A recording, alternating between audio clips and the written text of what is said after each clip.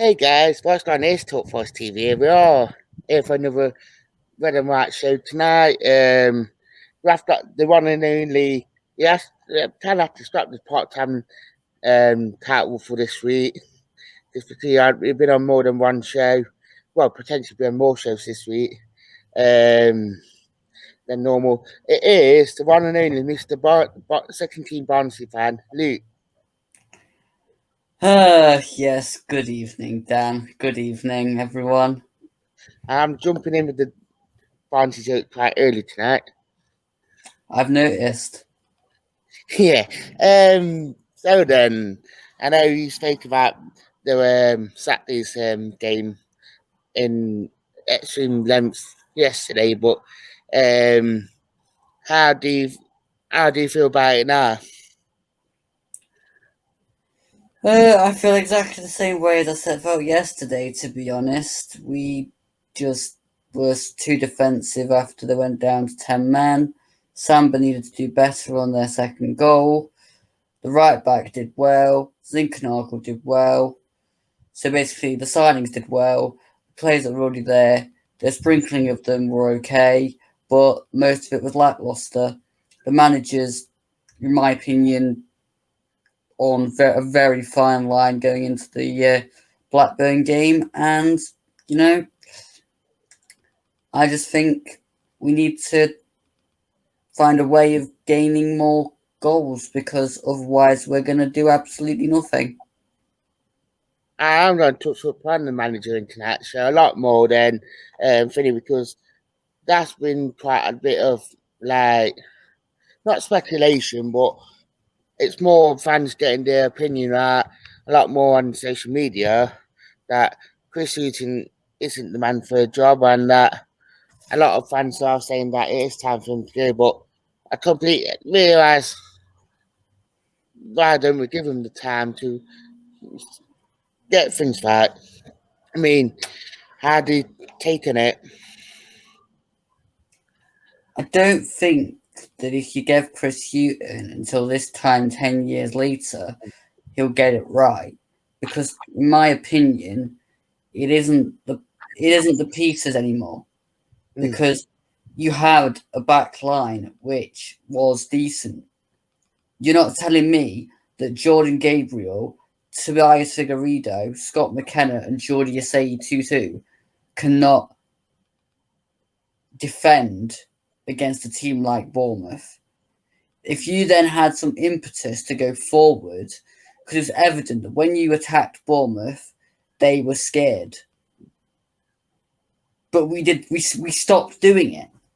So, I mean, we've got a side that stops attacking after 10 minutes. We have a side that in the second half had the ball, instead of hitting a shot, they were more concerned with dishing it off to the next person. There is only one team below us in the table after the first two games, and that's Preston. And that's only because they got thumped in the first game against Hull. I mean, you've got Blackburn on Wednesday, as now it's Monday. You've got Stoke at the weekend. You've got Derby following that before the transfer window shuts. And I am telling you now, I will be amazed if Chris Hughton makes it out of August. Do you think it's a confidence thing, or do you think it's more tactical in what we are doing? I mean, if you wanted to make it more confidence based, then you play some of the players that played against Bradford. Mm. They won. But I just think that it's heavily tactical. He went into the game, and even though we lost the first game, you picked the majority of the same players again. He dropped one. He dropped our only spark, Alex Myton, and I don't see him going any more attacking than he already is, and that's a worry. you get to 84 minutes against 10 men, and Carvalho is still technically still on the bench. I mean, if it wasn't for the fact that the fans were doing it every 5 minutes, I don't think it had any intention of putting Carvalho on. I mean, I was going to touch up on Carvalho as well tonight because there's quite a lot of calls for him to come on earlier on Saturday as well. So with it, obviously we are talking about Hughton and Saturday's game. I'm going to throw Carvalho into this as well. Do you feel like that Hughton trusts Carvalho, or do you think that he don't want to throw him in and chuck him in like, here you go, you got to play Matt and the way we play, knowing that he's probably had, what, 6, 7 games with how Hughton likes to play? Yeah, but that just says it all. You just said it all.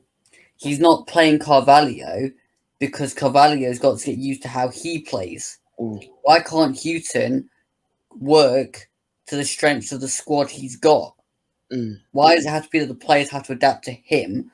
Why can't he look and go, actually, with the squad we've got, it'd be better if we played 4-1-4-1 and had Carvalho and Johnson? I mean, we're a championship side that's got no ambition. We play with 6 defenders and a goalkeeper. That gives you 4 players to attack with. What other side in the division goes with 4 players to attack? Not many. How many teams go through a game and their only outlook of scoring is either Ryan Yates from outside the box or a set piece from Scott McKenna? I mean, I am a bit lost as to what we do under Hughton, as in what he's actually going to do. Because we'll go into Wednesday's game, and I can see it going exactly like this. We'll come out, we'll go at it for 10 minutes, and we'll probably have a few little bits of play in front of the Bridgeford end. Then we'll sit back, we'll let Brereton come on to us, we'll let the other lad on the other side, Gallagher, come into the game. Brereton will probably score. He'll go mad in front of the Trent end. Then we'll just meander through the half. We'll get to half time. If 1-0 down, then we booze at half time. Then second half will come out. There'll be a free kick that goes in. Somebody scores again, or it'll be a corner or a long throw. Don't really care which. Then again, we'll concede another couple because, that's the Forest way. And we'll be right under pressure. Then we'll decide to make a couple of changes. We might pull one back and we'll lose the game. So it's sort of done. Yeah. Do you think Johnson and Carvalho can play together? Or is that a bit like a Gerard Lampard sort of thing with Yates and Colbert? Do you feel like Johnson and Carvalho can play together in that sort of attacking midfielders? Do I think they can play together, or do I think that Hughton's going to put them together? Both. If we look at I it, personally think that you could go with Zinkernagel, Johnson, Carvalho, and Mighton. I think you could do that behind a decent quality striker. But bump, done. But Hughton's not going to do that because you're taking away a defensive player. Oh my God! His brain's going to explode because you've got one less midfielder in front of the back 4. How will we cope? I've been thinking, actually, I was thinking about it this morning on my way to work. I mean, I do have some really deep thoughts when I'm on my way to work, or if I do a show. Do you feel like since Miraculous have been at the club, I mean, 2017, Um, Obviously, we had Mark Warburton in charge. We had Artur Turanka, we had Sabri, and we got Martin O'Neill, and we got Chris Hughton at the minute. That's four managers, near enough. Well, five actually. I mean, do you feel like that, especially after Mark Warburton being in charge and how expansive football he played? I mean, I must call it expansive because it was quite attacking flowing. Do you feel like after watching that the owners kind of wanted, well, the board actually want us to be go down a different route of playing football? So if you think about No, it, no. we're quite expensive. Marinakis, Marinakis wants to play attacking football, Mm, but the thing is, he's just getting poor advice from the people around him of who to appoint. I mean, you got the assistant manager to Jose Mourinho in first. Well, that's going to be defensive. Then you're putting in Martin O'Neill, which I actually think Martin O'Neill has been the best one of the four we've had. Because to me, we scored a hell of a lot more goals under Martin O'Neill than we have under both Karanka, Lamucci, and Hughton put together. I mean, I can recall one game where we won from Mola Wagai scoring a corner. I mean, that game was brilliant. We had yeah, the well, game when Milosevic scored. I mean, the fact I can remember these games shows you how bad the ones after it have been. We had the 3-0 game against Middlesbrough under Martin O'Neill. I mean, the fact is, right, you can't go into the season with no recognised striker, as in that's actually going to be any good. No recognised left back because you've sold three, and the other one I don't even class as a footballer. I mean, Bong, what is he? And hey, I it mean, could be back. It could be back for Wolves or Derby. can they review it and add another game on, please? I just, I don't get it, Dan. I don't understand why you go for three managers or four managers that are exactly the same as each other and then expect change. It's like the next thing of insanity, repeating something that doesn't work. It's evident that our squad is better when we attack and we play that fast moving one touch football. I mean, you've just got to look at what they did against Bradford. I mean, we turned Cafu into looking like the actual Cafu. The balls we were playing around were intense balls because they were coached by Andy Reid. I mean, I've joked a few times, sack Hughton, put Andy Reid in charge. Just do it. I mean, what's the worst that can happen? It doesn't work and it does exactly what it's doing now. We've got nothing really to lose. We're already in the bottom three already. We need to do something radical. Do you think? I don't throw this other question out, and do you think with obviously our changing Dave Murphy and everything with the board, well, most of the board, do you feel like if the inevitable does happen, not saying it will do, but I'm just putting a scenario out here, do you think if Eaton does, I mean, could be 5 months, could be 5 weeks, could be 5 days, but do you think if Chris Eaton does go, do you feel like that Dave Murphy will have a lot more influence on as far as in, yeah, we should be going this way of playing football. I think if Uh, Chris Hughton goes, it'll be down to Dane Murphy. And if when he does go, I think we will hire somebody that is totally probably unheard of. It will not be a Eddie Howe. It will not be a Chris Wilder. But it'll be somebody that's like a Valerian Ishmael or a Gerhard Struber or, picking up a manager. and actually going, well, you know, they are renowned for playing football. They go forwards instead of focusing on what happens behind you. The only time you need to worry about what's happening behind you is when you're building the four players across the defence and the keeper, which I mean, we've signed a goalkeeper, and I think he's got Samba rattled. Mm. And I mean, he was far too comfortable last year. I mean, you've got a 26-year-old American international sat on the bench. I mean, when does Chris Hughton wake up and smell the coffee and realise, well, do you know something?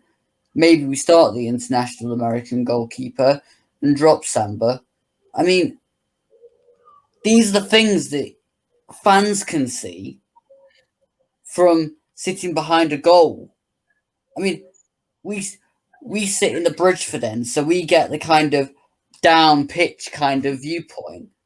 But I mean, it's no different when you see it from the main stand. You've only got to listen to people like Matthew Wilkinson. He was saying it the other day. He more or less probably told us exactly what was going to happen in the game against Bournemouth before it even kicked off. I'm going to touch upon the youth because obviously we have had 2 games since the last Weather Right show, and obviously the Bradford game, we've seen 6 academy lads make their debuts. I mean, I think there were like 11 in total on the bench in the squad last week. I mean, do you feel like any of them can step up from the usuals that have already stepped up? I mean, there've been a lot of fans saying start Fauna, and Fauna looks like he's been around for like donkey's years. But this is the thing, right? I personally think that Finn Back, Riley Harbottle, Baba Fernandez, Tyrese Fornar, and Konate could quite easily slot into the Forest squad right now. And if you'd used them wisely enough, they could quite easily fill some of the gaps in our squad. The only problem I have is Chris Hughton will not do that. He will stick with Yates Colback in the midfield. He'll stick with Jordan Gabriel at right back.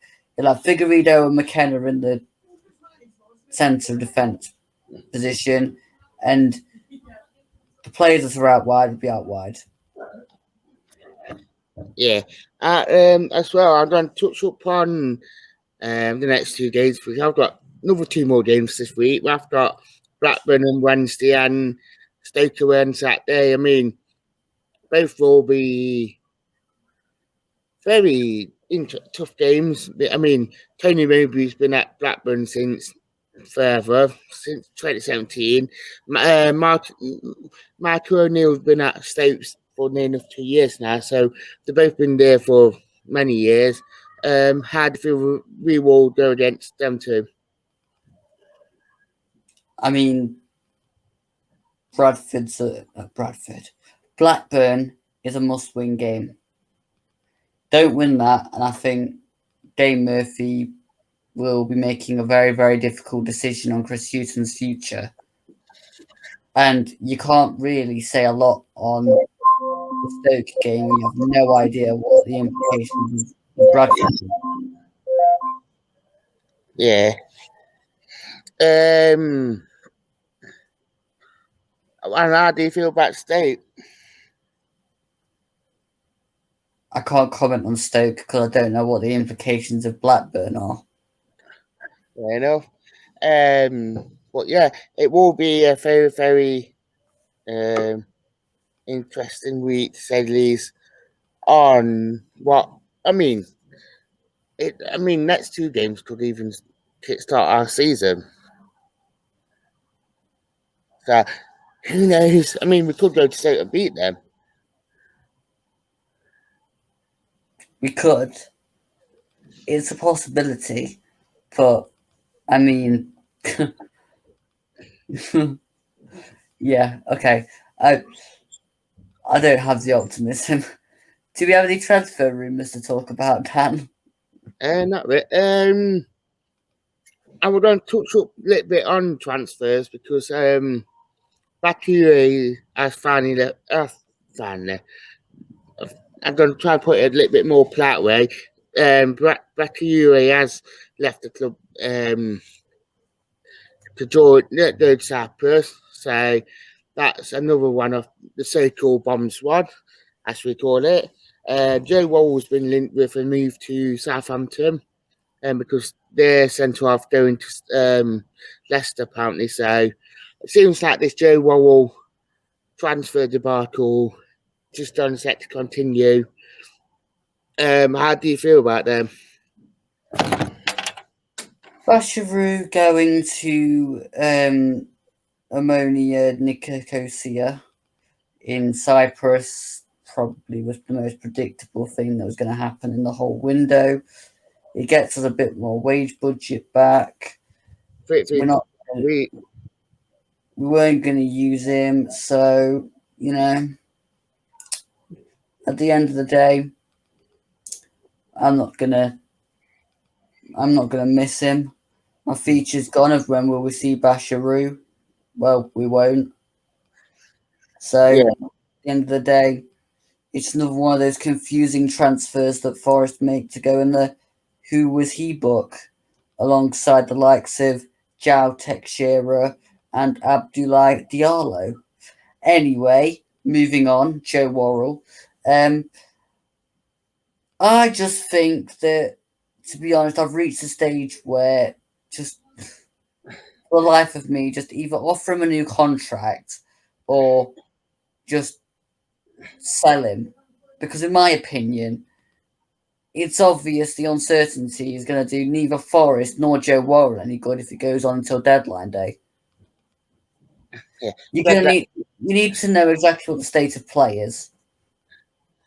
When this video will come out, it will be deadline day in 2 weeks. So it will be a very interesting 2 weeks. I mean, Wando last came out and spoken about transfer, saying that he kind of is expecting a busier end to the transfer window as well. So,